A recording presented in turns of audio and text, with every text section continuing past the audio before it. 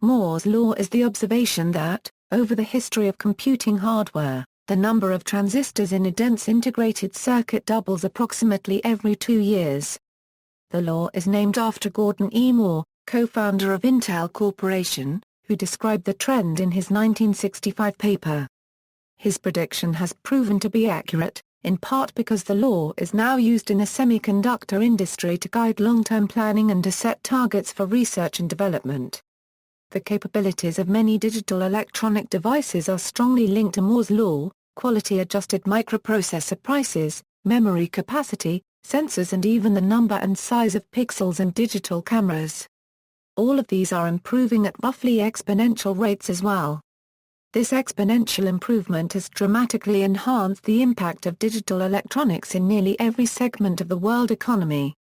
Moore's law describes a driving force of technological and social change, productivity and economic growth in the late 20th and early 21st centuries. The period is often quoted as 18 months because of Intel executive David House, who predicted that chip performance would double every 18 months. Although this trend has continued for more than half a century, Moore's law should be considered an observation or conjecture and not a physical or natural law. Sources in 2005 expected it to continue until at least 2015 or 2020. However, the 2010 update to the International Technology Roadmap for Semiconductors predicted that growth will slow at the end of 2013, when transistor counts and densities are to double only every 3 years. History. The term Moore's law was coined around 1970 by the Caltech professor, VLSI pioneer, and entrepreneur Carver Mead in reference to a statement by Gordon E. Moore. Predictions of similar increases in computer power had existed years prior. Moore may have heard Douglas Engelbart, a co-inventor of today's mechanical computer mouse, discuss the projected downscaling of integrated circuit size in a 1960 lecture. A New York Times article published August 31, 2009, credits Engelbart as having made the prediction in 1959. Moore's original statement that transistor counts had doubled every year can be found in his publication Cramming More Components onto Integrated Circuits, Electronics Magazine, April 19, 1965. The paper noted that the number of components in integrated circuits had doubled every year from the invention of the integrated circuit in 1958 until 1965, and then concluded, the complexity for minimum component costs has increased at a rate of roughly a factor of 2 per year. Certainly over the short term this rate can be expected to continue, if not to increase. Over the longer term, the rate of increase is a bit more uncertain, although there is no reason to believe it will not remain nearly constant for at least 10 years. That means by 1975, the number of components per integrated circuit for minimum cost will be 65,000. I believe that such a large circuit can be built on a single wafer. Moore slightly altered the formulation of the law over time, in retrospect bolstering the perceived accuracy of his law. Most notably, in 1975, Moore altered his projection to a doubling every 2 years. Despite popular misconception, he is adamant that he did not predict a doubling every 18 months. However, David House, an Intel colleague, had factored in the increasing performance of transistors to conclude that integrated circuits would double in performance every 18 months. In April 2005, Intel offered $10,000 to purchase a copy of the original Electronics magazine issue in which Moore's article appeared. An engineer living in the United Kingdom was the first to find a copy and offer it to Intel. Other formulations and similar laws, several measures of digital technology are improving at exponential rates related to Moore's law, including the size, cost, density and speed of components. Moore himself wrote only about the density of components, a component being a transistor, resistor, diode or capacitor, at minimum cost. Transistors per integrated circuit.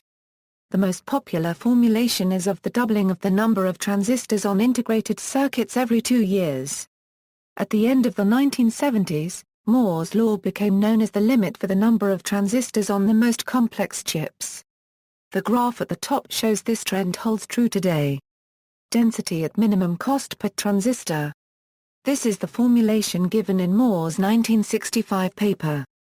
It is not just about the density of transistors that can be achieved, but about the density of transistors at which the cost per transistor is the lowest. As more transistors are put on a chip, the cost to make each transistor decreases, but the chance that the chip will not work due to a defect increases. In 1965, Moore examined the density of transistors at which cost is minimized, and observed that, as transistors were made smaller through advances in photolithography, this number would increase at a rate of roughly a factor of 2 per year. Dennard scaling. This suggests that power requirements are proportional to area for transistors. Combined with Moore's law, performance per watt would grow at roughly the same rate as transistor density, doubling every 1–2 years. According to Dennard scaling, transistor dimensions are scaled by 30% every technology generation, thus reducing their area by 50%. This reduces the delay by 30% and therefore increases operating frequency by about 40%.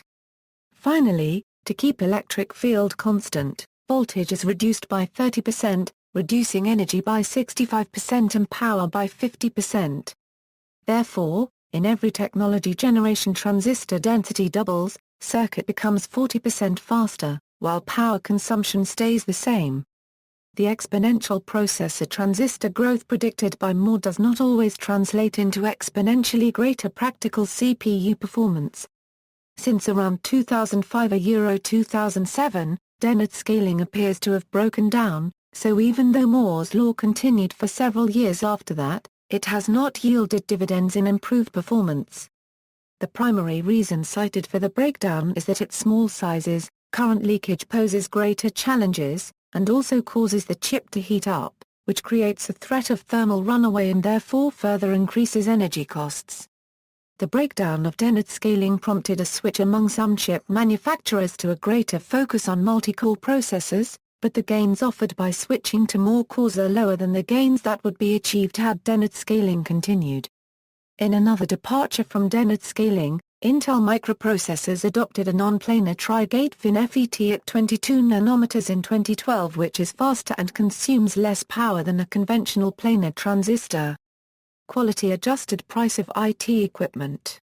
The price of information technology, computers and peripheral equipment, adjusted for quality and inflation, declined 16% per year on average over the 5 decades from 1959 to 2009.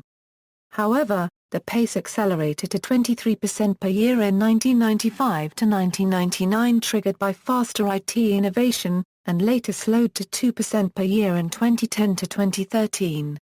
The rate of quality-adjusted microprocessor price improvement likewise varies, and is not linear on a log scale. Microprocessor price improvement accelerated during the late 1990s, reaching 60% per year versus the typical 30% improvement rate during the years earlier and later. The number of transistors per chip cannot explain quality-adjusted microprocessor prices fully. Moore's 1995 paper does not limit Moore's law to strict linearity or to transistor count. The definition of Moore's law has come to refer to almost anything related to the semiconductor industry that when plotted on semi-log paper approximates a straight line. I hesitate to review its origins and by doing so restrict its definition. Moore credits chemical mechanical planarization with increasing the connectivity of microprocessors from 2 or 3 metal layers in the early 1990s to 7 in 2003. This has leveled off at 9 to 11 layers since 2007. Connectivity improves performance, and relieves network congestion. Just as additional floors may not enlarge a building's footprint, nor is connectivity tallied in transistor count. Microprocessors rely more on communications than do DRAM chips, which have 3 or 4 metal layers. Microprocessor prices in the late 1990s improved faster than DRAM prices. Hard disk drive areal density. A similar law has held for hard disk drive areal density. The rate of progress in disk storage over the past decades has sped up more than once, corresponding to the utilization of error-correcting codes, the magnetoresistive effect and the giant magnetoresistive effect. The outlook for the rate of progress slowed in recent years, because of noise related to smaller grain size of the disk media, thermal stability and writability using available magnetic fields. Network capacity.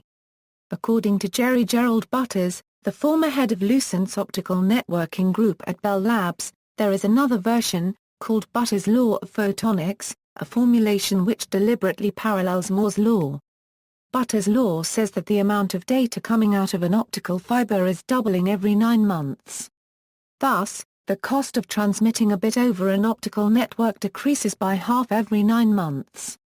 The availability of wavelength division multiplexing increased the capacity that could be placed on a single fiber by as much as a factor of 100. Optical networking and dense wavelength division multiplexing is rapidly bringing down the cost of networking, and further progress seems assured. As a result, the wholesale price of data traffic collapsed in the dot-com bubble. Nielsen's law says that the bandwidth available to users increases by 50% annually. Pixels per dollar.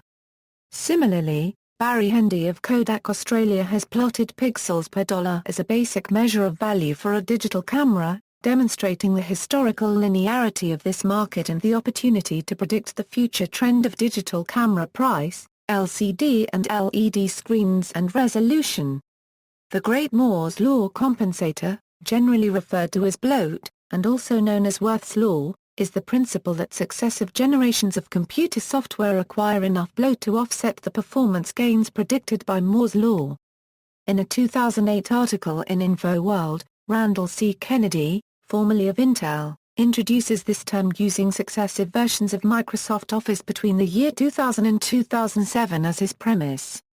Despite the gains in computational performance during this time period according to Moore's law, Office 2007 performed the same task at half the speed on a prototypical year 2007 computer as compared to Office 2000 on a year 2000 computer. Library expansion was calculated in 1945 by Fman Ryder to double in capacity every 16 years, if sufficient space were made available. He advocated replacing bulky, decaying printed works with miniaturized microform analog photographs, which could be duplicated on demand for library patrons or other institutions. He did not foresee the digital technology that would follow decades later to replace analog microform with digital imaging, storage, and transmission mediums. Automated, potentially lossless digital technologies allowed vast increases in the rapidity of information growth in an era that is now sometimes called an information age. The Carlson Curve is a term coined by The Economist to describe the biotechnological equivalent of Moore's law, and is named after author Rob Carlson. Carlson accurately predicted that the doubling time of DNA sequencing technologies would be at least as fast as Moore's law.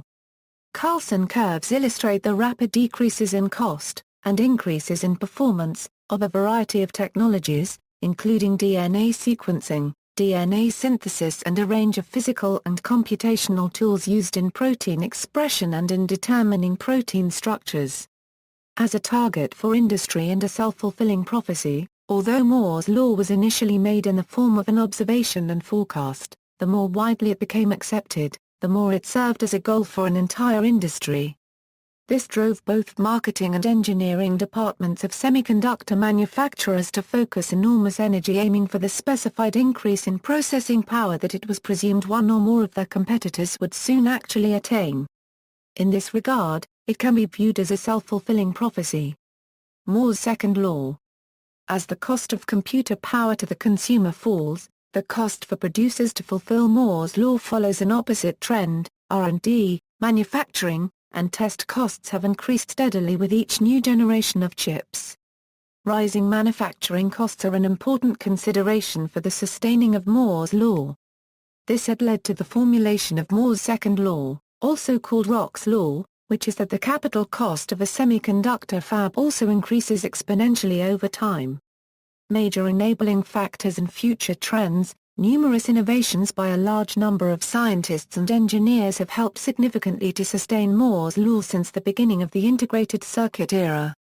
Whereas assembling a detailed list of such significant contributions would be as desirable as it would be difficult, below just a few innovations are listed as examples of breakthroughs that have played a critical role in the advancement of integrated circuit technology by more than 7 orders of magnitude in less than 5 decades. The foremost contribution, which is the raison d'euro unregistered trademark ETA for Moore's law, is the invention of the integrated circuit itself, credited contemporaneously to Jack Kilby at Texas Instruments and Robert Noyce at Fairchild Semiconductor.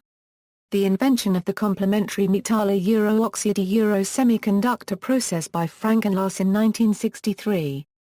A number of advances in CMOS technology by many workers in the semiconductor field since the work of Enlace have enabled the extremely dense and high-performance ICs that the industry makes today. The invention of the dynamic random access memory technology by Robert Dennard at IBM in 1967.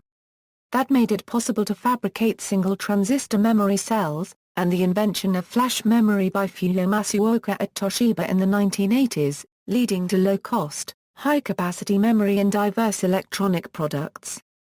The invention of chemically amplified photoresist by C. Grant Wilson, Hiroshi Ito and JMJ Fra copyright Chet at IBM C. 1980, that was 10 to 100 times more sensitive to ultraviolet light. IBM introduced chemically amplified photoresist for DRAM production in the mid-1980s. The invention of deep UV excimer laser photolithography by Kanti Jain at IBM C. 1980, that has enabled the smallest features in ICs to shrink from 800 nanometers in 1990 to as low as 22 nanometers in 2012. This built on the invention of the excimer laser in 1970 by Nikolai Basov, V. A. Danilychev and U. M. Popov, at the Lebedev Physical Institute. From a broader scientific perspective, the invention of excimer laser lithography has been highlighted as one of the major milestones in the 50-year history of the laser. The interconnect innovations of the late 1990s. IBM developed CMP or chemical mechanical planarization C. 1980, based on the centuries-old polishing process for making telescope lenses. CMP smooths the chip surface. Intel used chemical mechanical polishing to enable additional layers of metal wires in 1990.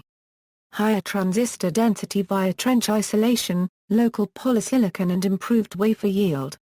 Higher yield, the fraction of working chips on a wafer, reduces manufacturing cost.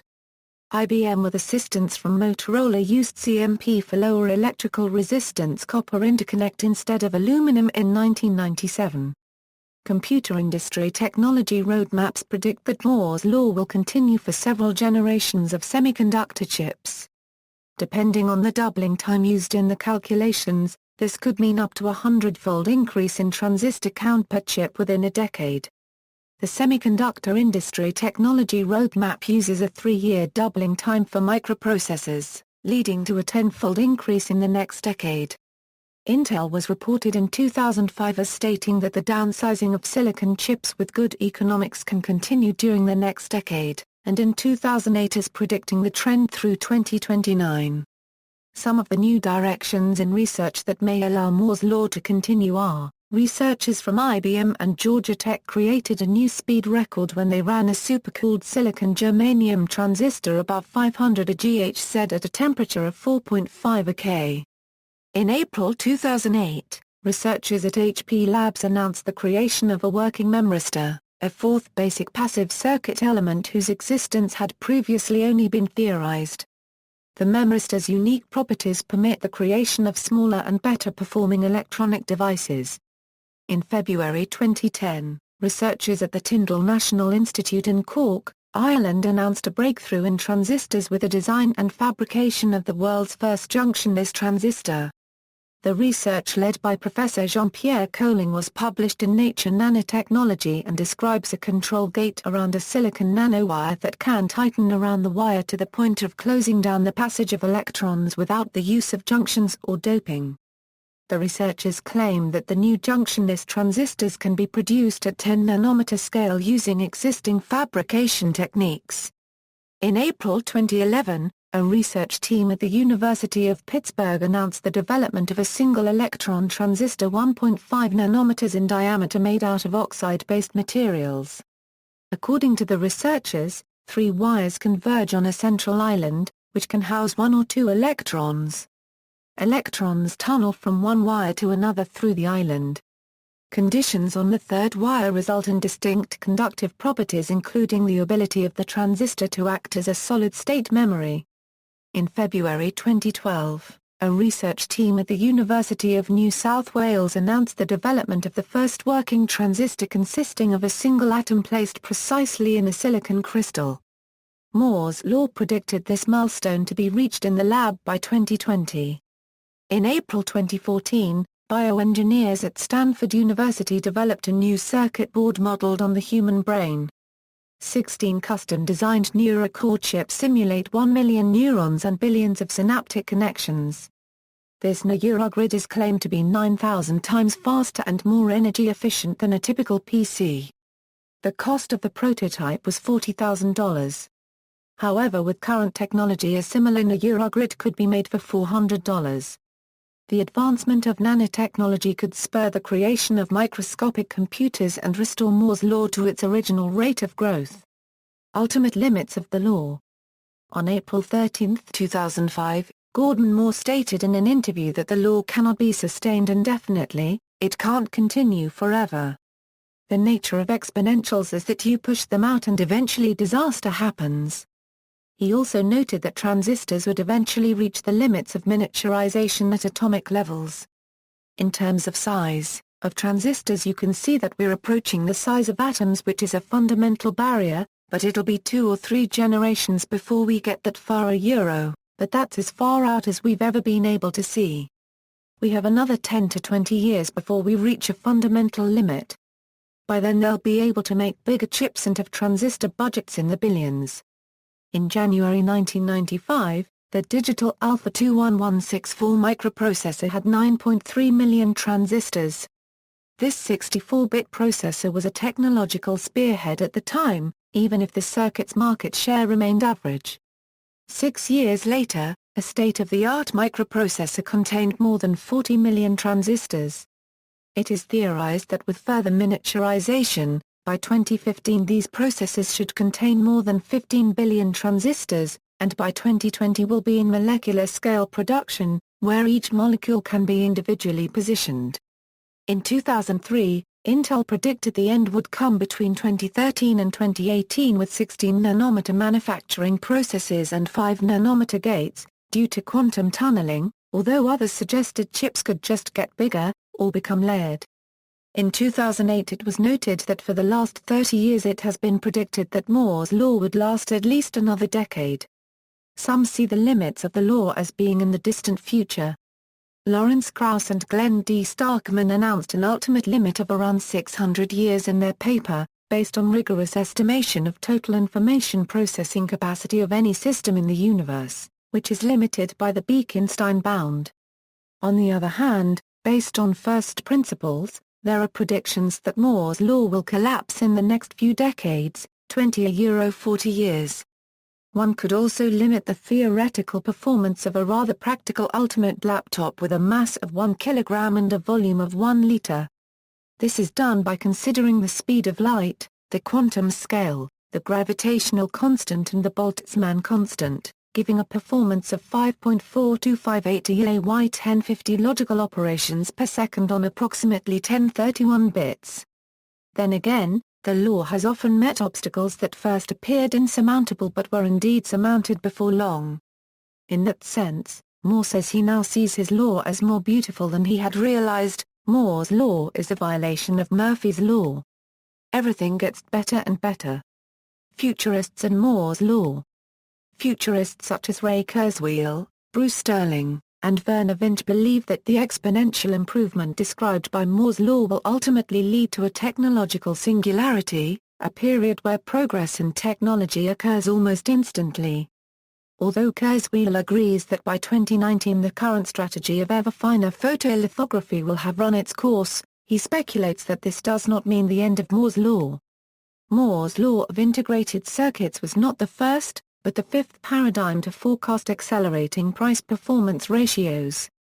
Computing devices have been consistently multiplying in power from the mechanical calculating devices used in the 1890 U.S. Census, to Newman relay-based, Heath Robinson machine that cracked the Lorentz cipher, to the CBS vacuum tube computer that predicted the election of Eisenhower, to the transistor-based machines used in the first space launches, to the integrated circuit-based personal computer. Kurzweil speculates that it is likely that some new type of technology will replace current integrated circuit technology, and that Moore's law will hold true long after 2020.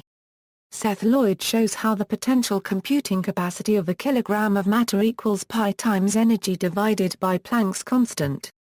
Since the energy is such a large number and Planck's constant is so small, this equation generates an extremely large number, about 5.0 times 1050 operations per second. He believes that the exponential growth of Moore's law will continue beyond the use of integrated circuits into technologies that will lead to the technological singularity. The law of accelerating returns described by Ray Kurzweil has in many ways altered the public's perception of Moore's law. It is a common belief that Moore's law makes predictions regarding all forms of technology, when it was originally intended to apply only to semiconductor circuits. Many futurists still use the term Moore's law in this broader sense to describe ideas like those put forth by Kurzweil. Kurzweil has hypothesized that Moore's law will apply at least by inference to any problem that can be attacked by digital computers, as is in its essence also a digital problem. Therefore, because of the digital coding of DNA, progress in genetics may also advance at a Moore's law rate. Moore himself, who never intended his law to be interpreted so broadly, has quipped, "Moore's law has been the name given to everything that changes exponentially. I say, if Gore invented the Internet, I invented the exponential." Consequences and limitations. Technological change is a combination of more and of better technology.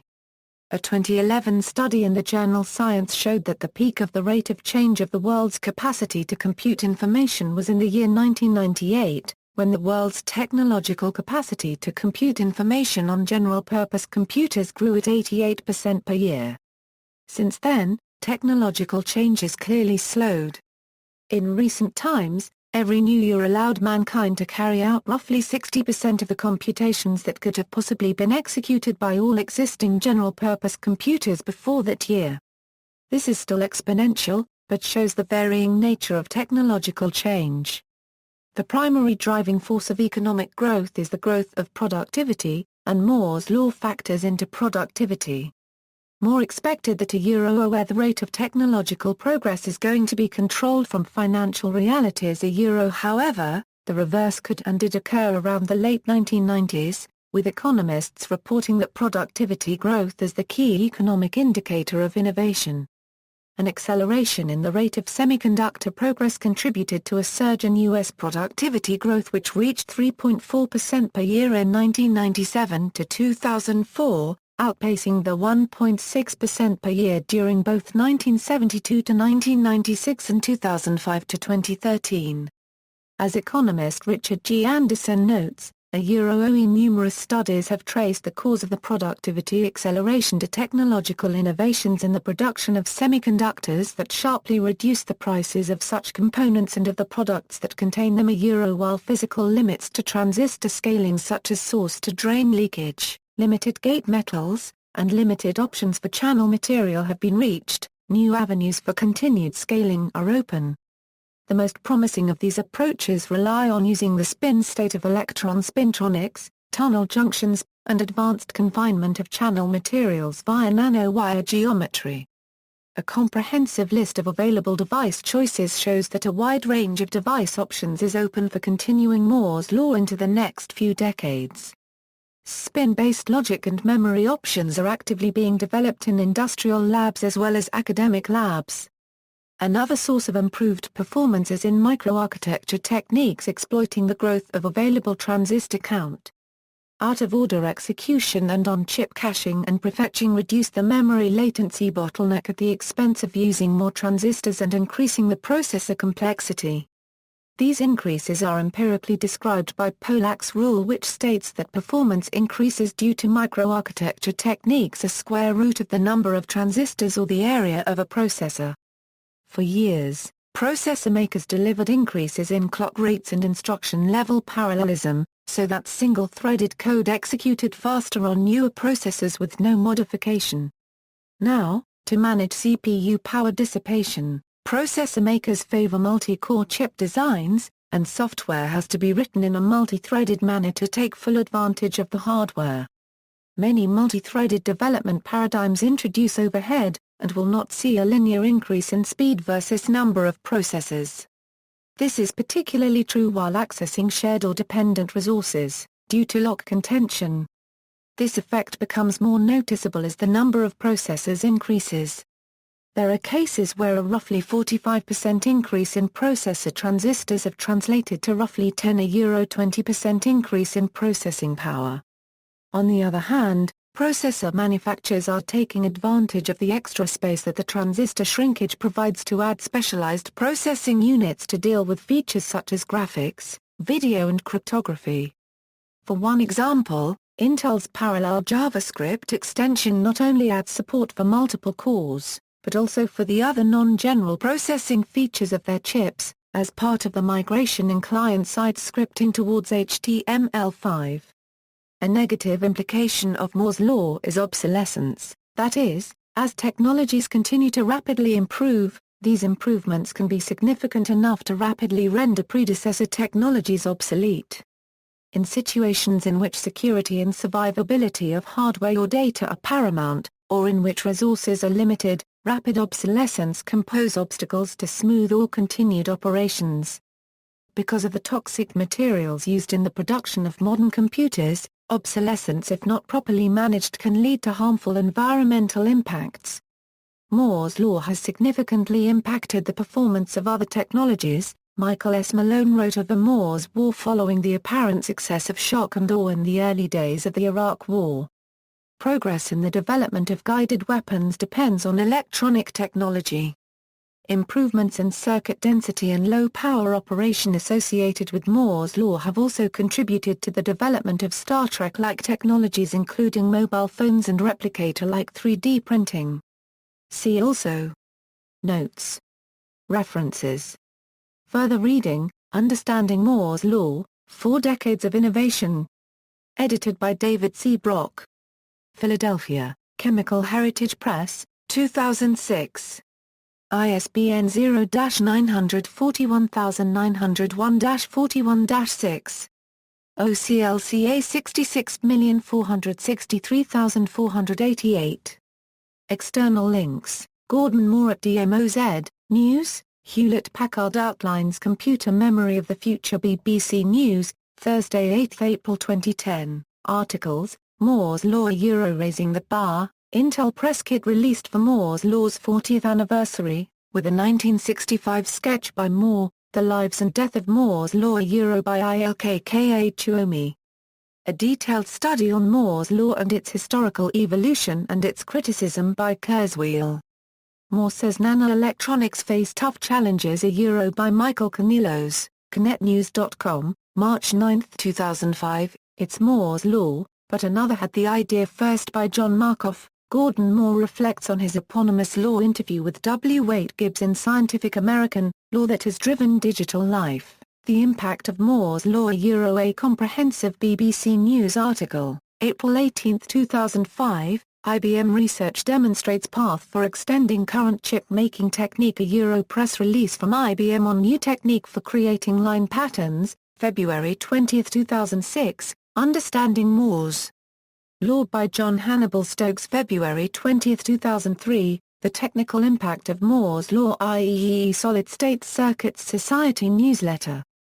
September 2006, MIT Technology Review article, Novel Chip Architecture Could Extend Moore's Law seen extended in chip breakthrough. Intel says chips will run faster, using less power, no technology has been more disruptive. Slideshow of microchip growth, online talk Moore's Law Forever?